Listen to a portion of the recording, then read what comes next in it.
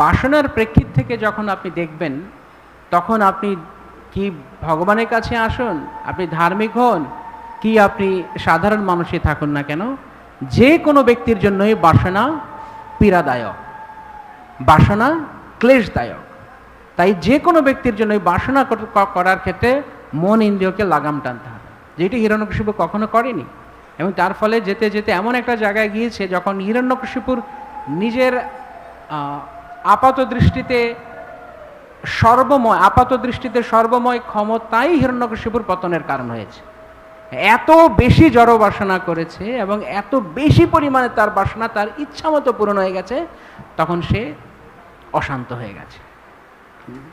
সেই জন্য প্রহ্লাদ মহারাজ তার প্রার্থনা আরও বলছেন যে যখন প্রিয় এবং অপ্রিয় বস্তুর সংযোগ এবং বিয়োগ জনিত সুখ উৎপন্ন হয়, সংযোগে সুখ হয়, প্রিয় বস্তুর সংযোগে কি হয়? সুখ।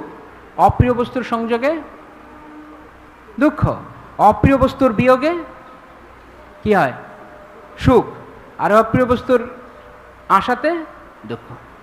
তো এই জগতের সুখ এবং দুঃখ প্রিয় এবং অপ্রিয় বস্তুর গমনাগমনের সাথে সংশ্লিষ্ট, যেটি আমি আমার পিতা হিরণ্যকশিপুকে খেয়াল করেছি। কিন্তু এইখানে তারপরে প্রহ্লাদ মহারাজ বলছেন, এইখানে এই যে দুঃখ আমরা পাচ্ছি, এই দুঃখ নিবৃত্তির জন্য আমরা যা কিছু উপায় উদ্ভাবন করছি, সেই দুঃখের যেই উপায়টা, নিবৃত্তির যে উপায় অবলম্বন করেছি, সেই নিবৃত্তির উপায়ই মহা দুঃখের কারণ হয়ে গেছে। প্রহ্লাদ মহারাজ তার প্রার্থনায় বলছেন, যেই দুঃখ ক্লেশকে নিবারণ করার জন্য লোক প্রচেষ্টা করছে, সেই প্রচেষ্টাই সেই বস্তুর প্রাপ্তি তাকে আরো বড় দুঃখ দিয়ে দিয়েছে। এই জন্য হে ভগবান, আমি এই সমস্ত চাই না। ভূমন ভ্রমণ বরদ, আমাকে আপনি শেখান যে আমি কিভাবে আপনার দাস্যযোগ অবলম্বন করতে পারি, আমি কিভাবে আপনার দাস হতে পারি।